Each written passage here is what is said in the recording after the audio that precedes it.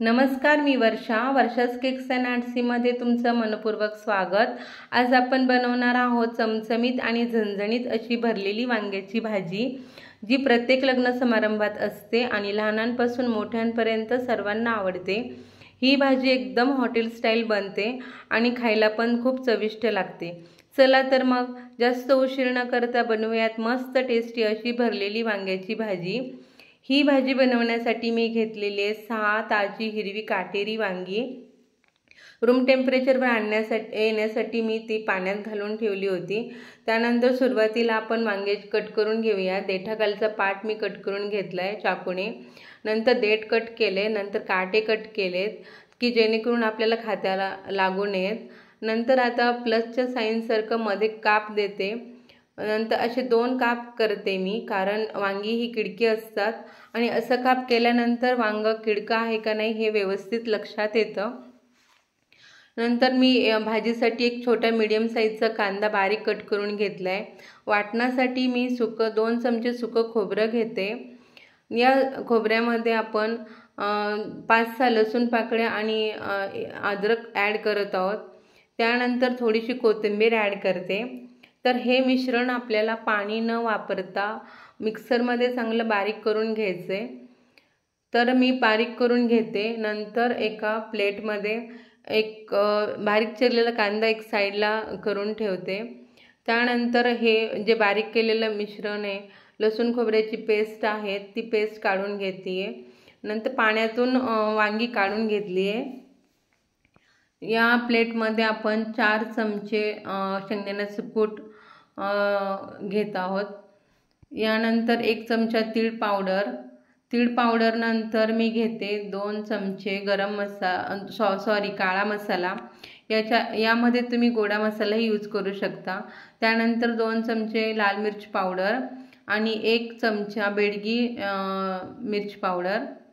नंतर 1.5 चमचा धनिया पावडर आणि अर्धा चमचा हळद आणि चवीनुसार मीठ। हे प्रमाण तुम्ही कमी अधिक तुमच्या आवडीनुसार करू शकता।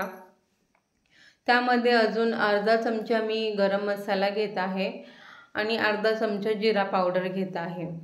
तर हेच मसाले आपल्याला वांग्यामध्ये चांगले भरायचे आहेत। तर हा मसाला मी एकत्र करून त्याच्यामध्ये थोडंसं बारीक चिरलेला कांदा आहे तो पण मिक्स करते।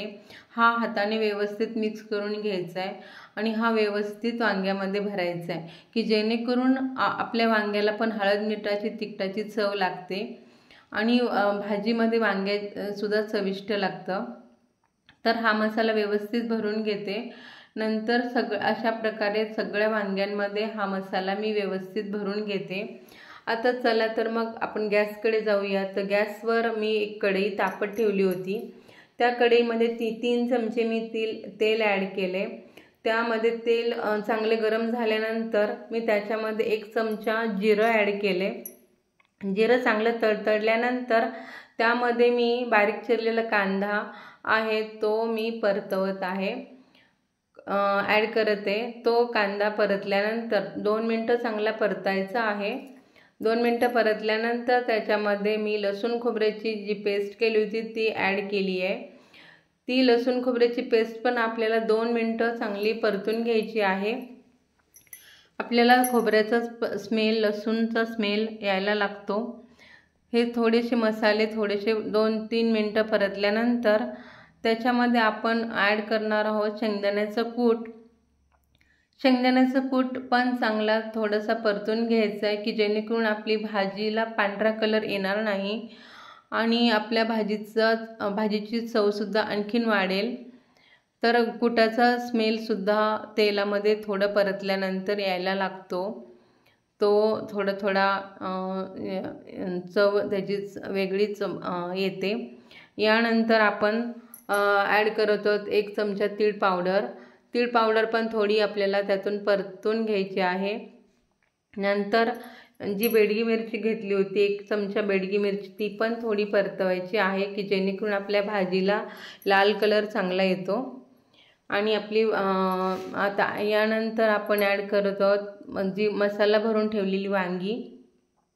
ती अर्धा मिनटच आपल्याला परतवायची आहे. जास्त परतल्यानंतर परत वांगं कडक बनतं आणि मग शिजत नाहीत. मग आता वांगे शिजण्यासाठी आपल्याला गरजेनुसार पाणी ॲड करायचे. तर हे घट्टसर ग्रेव्ही बनवण्यासाठी मी पाऊण ग्लास ते 1 ग्लास मला पाणी लागलेले, मी पाणी घेतलेले. तर पाणी टाकल्यानंतर वांगी एकसारखी थोडीशी हलवायची आणि हलवल्यानंतर त्याच्यामध्ये 5 मिनटासाठी आपण ती झाकून ठेवणार आहोत. झाकण ठेवल्यानंतर थोडंसं उकळी येऊन द्यायची. उकळी आल्यानंतर आपण परत ते वांगी एकसारखी वरखाली हलवायची आहेत. नाहीतर वांगं एकाच बाजूने शिजतं आणि दुसऱ्या बाजूने कडक राहतं, म्हणून ही वांगी एकसारखी हलवून घ्यायची आहेत. तर ते वांगं परत झाकण ठेवते आणि 10 ते 15 मिनटामध्ये वांगं चांगलं शिजतं लो टू फ्लेम गॅसवर. नंतर तुम्ही बघू शकता आपली ग्रेव्ही छान झाली आहे, वांगं पण शिजलं आहे. देठाकडचा भाग मी चेक करून घेतला आहे. तर आपली ही वांग्याची भाजी तयार आहे. तर एका प्लेटमध्ये काढून घेऊयात. तर तुम्हाला ही भाजी नक्की आवडेल. रेसिपी खूप सोपी आहे. जर तुम्हाला हा व्हिडिओ आवडला असेल, ही रेसिपी आवडली असेल तर लाईक करा, शेअर करा आणि अजून माझं चॅनल सबस्क्राईब केला नसेल तर माझं चॅनल आणि तुम्ही नवीन असाल तर लगेचच सबस्क्राईब करा आणि बाजूला जे बेल आयकॉन आहे त्यावरही क्लिक करा की जेणेकरून माझ्या व्हिडिओची नोटिफिकेशन तुम्हाला मिळेल. तर चला पुन्हा भेटूयात आणि ही रेसिपी एन्जॉय करा. भरलेली वांग्याची पुन्हा भेटूयात. धन्यवाद.